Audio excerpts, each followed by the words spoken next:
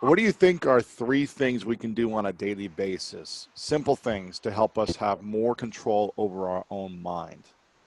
Yes, I would say if you go to a shower, have a nice hot one, and then finish off cold, because that is vascular fitness. Your energy is going to run a lot better afterwards, and that means when you sit, your energy flow, your blood flow is a lot better. So you just feel better because the energy flows better. Yeah. That is vascular fitness. Did you say So hot shower? end Hot? up.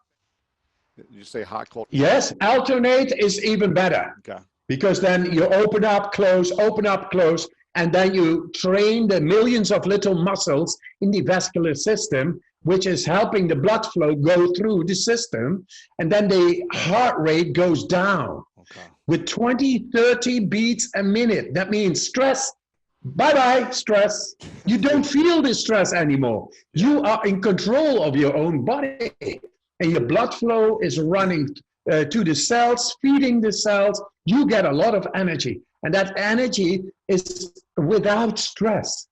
You are simply there. That is what a cold shower can do. It's amazing. And from there, I say do 20, 25 minutes of deep breathing exercises, because it has been shown that it changes the chemistry. You become actually the alchemist in the morning. Make sure that you are the alchemist. You are the ruler within your own mind and your own body. That is the mindset.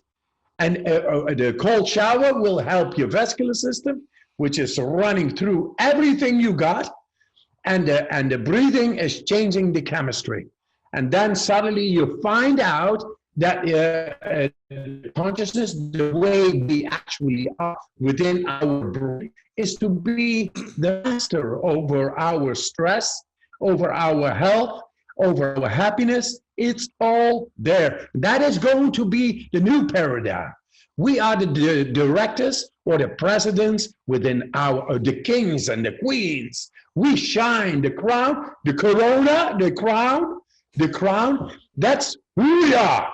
We are that. We should behave like kings and queens and feel alike. And we should be able to rule over the world of what we see and bring love and prosperity. Yeah. There we are. And now it is science. So psychology goes over physiology.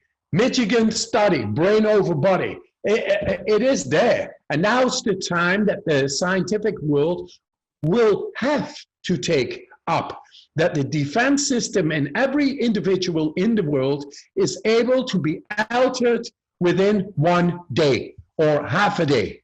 Wow. Half a day. And I can challenge any scientist to prove me wrong, because we got all the data. And I'm asking, please, scientists, look into this. If you want to talk inflammation, can we influence that what causes damage in a the coronavirus infection? That is the IL-1, the IL-11, the IL-6, the IL-8 interleukins. Those are interleukins, inflammation markers. Can we bring them down with that, control the damage? Mm-hmm. That's what we have shown. We have shown to bring it down. And that was for, the first group in scientific research ever who was able to bring it down in such a way that they did not feel the fever, uncontrollable shivering, nausea, vomiting, back aches, muscle aches, and all caused by a bacteria injected. In the end, it causes inflammation. And the inflammation markers went down. That the coronavirus, virus, and or a bacteria cause inflammation. They go up. The innate immune system. Can we control the innate immune system? That in science was shown to be not possible at will. And now we have shown at will to bring it down. So that inaugurates in the future, and they have to techniques that enable people massively all over the world to be much more into influencing their innate immune system, and therefore bringing down the damaging factors of inflammation, and control their immune system a lot better. So the viruses, through the white blood cell increase, which we also through science have shown, those are the detectors. Those are the little Sherlock Holmes inside our bloodstream. And when the bad guy is coming in, then the Sherlock Holmes knows how to detect. And then inflammation doesn't need to happen, because the little bad guy is not able to do damage. And this we have shown. And this in the end shows, hey, if we are able to take down the inflammation, and with that change the perspective of what we at will as humans are able to do in relationship to disease in general, then there will be a big change. People become much more self-aware, begin to do these breathing techniques, take the damn cold shower, and feel great. I love it, man.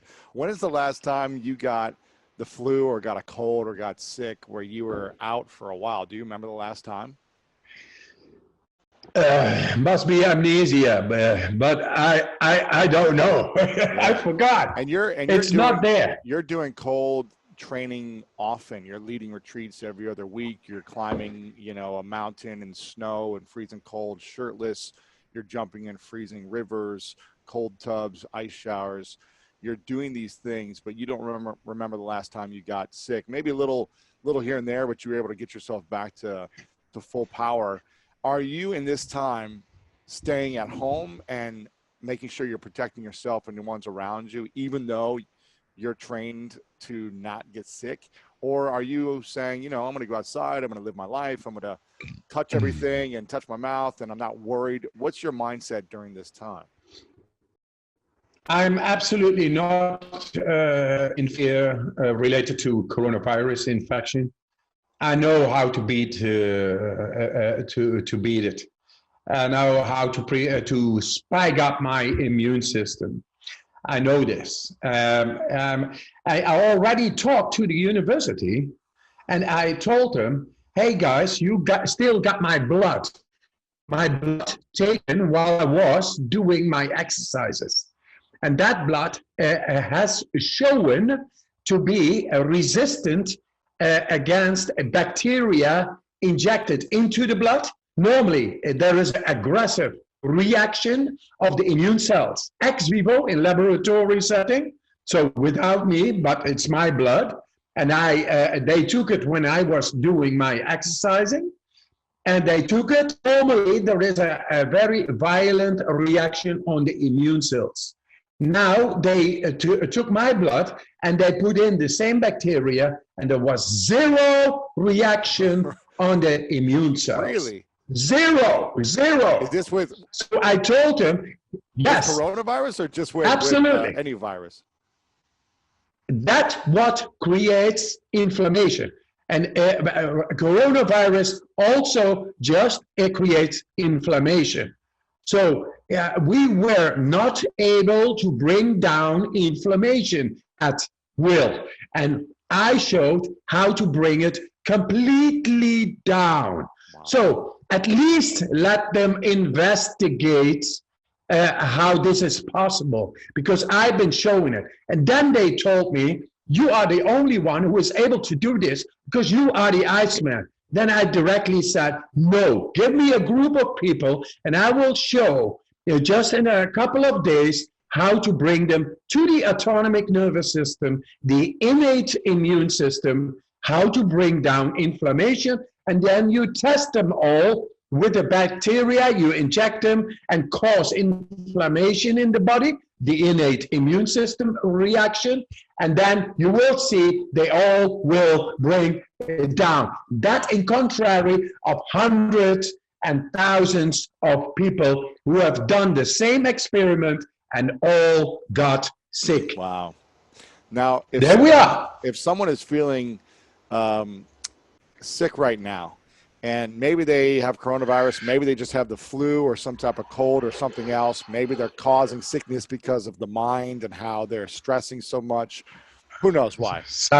What would you say people should do? Obviously, if they're sick, they should probably stay quarantined with this practice. But what should they do in terms of just feeling better to try to strengthen the immune system and weaken the sickness? What is something they could do every day? Is it 20 minutes a day of breathing, like you said, and ice and doing the ice stuff, even if they feel weak?